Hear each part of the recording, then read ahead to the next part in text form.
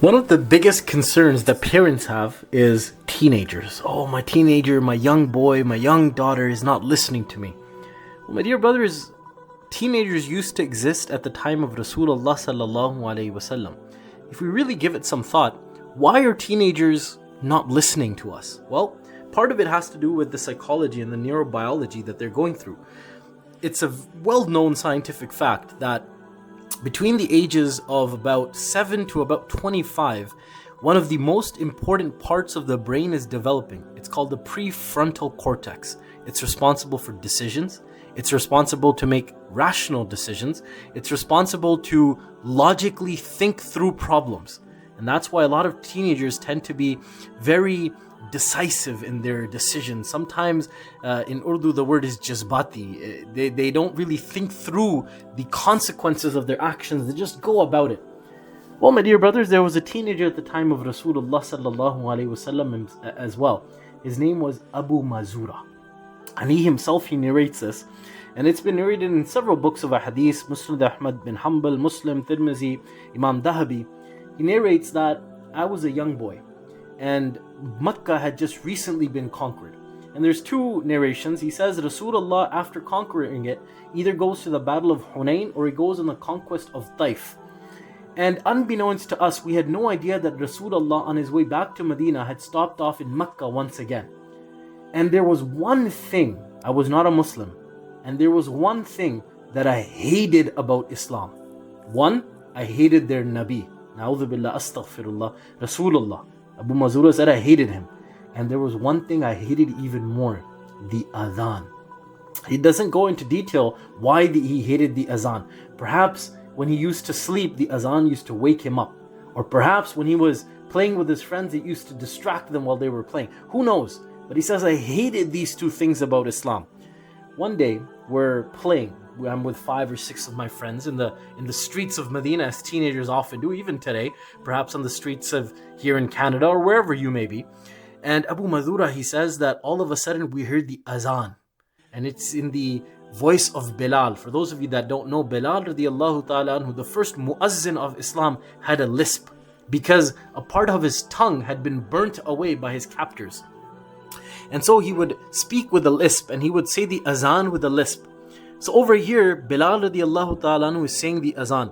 Allahu Akbar, Allahu Akbar, Allahu Akbar, Allahu Akbar. Over here, Abu Mazura, he says, I take 5 and 6 or 6 of my friends and I begin to mock and mimic the azan. I make fun of the azan. I make fun of the words of azan. I make fun of the voice of Bilal. I make fun of the lisp of Bilal radiyallahu ta'ala anhu. Rasulullah hears this. And Abu Mazura, he says, I had a huge voice. I had a very loud voice. And I was the loudest of the group. So Rasulullah sallallahu alayhi wasallam, he dispatches some companions. Quickly capture those individuals who were mocking and mimicking the azan. So Rasulullah sallallahu alayhi wasallam, he sends some of his companions. Some books of a hadith, they say one of those companions was Hazrat Ali radiyallahu ta'ala anhu. Anyways, they capture them, come back. Abu Mazura, he says, we were shaking. It's a metaphorical reference. I'm just translating for you what is the most relevant in English. We were shaking in our boots. The Muslims had just come from a battle, from a conquest. They still had their swords on them. We were worried they were going to kill us all for mocking the word of Allah, for mocking the muazzin of Islam. So we stand there. And Rasulullah sallallahu alayhi wa alihi wasallam, he says, there were individuals mocking the azan, but there was one whose voice was the loudest. Who was that individual? All of them start to look at one another, and then all of them point at Abu Mazura. And Abu Mazura, he says, my friends ratted me out. They made me the scapegoat. And Rasulullah, he says to the rest of them, go, you may leave. Now it's just the Muslims and Abu Mahdhura. So Abu Mazura, he says, I come up close to Rasulullah as Rasulullah comes up close to me. And he says, what is your name? I reply, my name is Abu Mazura. He says, you have a great talent. Your voice is very loud and it's very melodious. He says, yes, I've always had such a talent. So Rasulullah takes out some silver coins and he gives to me. And as he gives to me, he says, repeat after me. So now Rasulullah, he says the words of the azan. Allahu Akbar, Allahu Akbar, Allahu Akbar, Allahu Akbar, Ashhadu an la ilaha illallah, Ashhadu an la ilaha illallah. And he instructs me to repeat after him. I, Abu Mazura, begin to repeat after Rasulullah. Imagine Rasulullah teaching someone the azan. Not only someone who is mimicking and mocking and making fun of the Muslims. I like to think, if we were in the footsteps of Rasulullah and the companions of that day, and if we had found someone mocking the azan, we would have beat them. We would have put them in jail. But look at the akhlaq of Rasulullah sallallahu alaihi wasallam. So he takes and he has the silver coins. He looks to Rasulullah. He says, O Nabi of Allah, you have given me silver coins. What would you like me to do?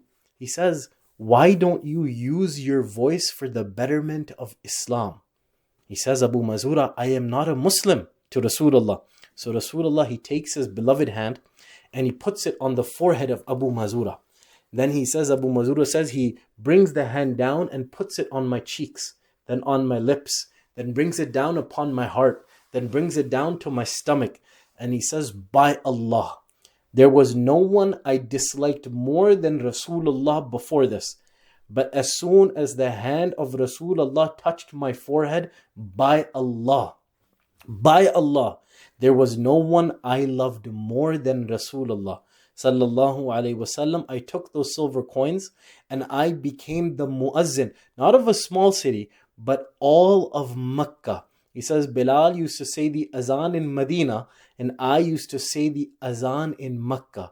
Look at what good akhlaq, my dear brothers, leads you to. This is what unity in Islam looks like. This is what adab in Islam looks like. Not to treat individuals who may treat you with a little bit of hate or dislike, but you treat them with love. You treat them with akhlaq. You treat them with peace. And you follow the sunnah of Rasulullah sallallahu alayhi wa alihi wa sallam.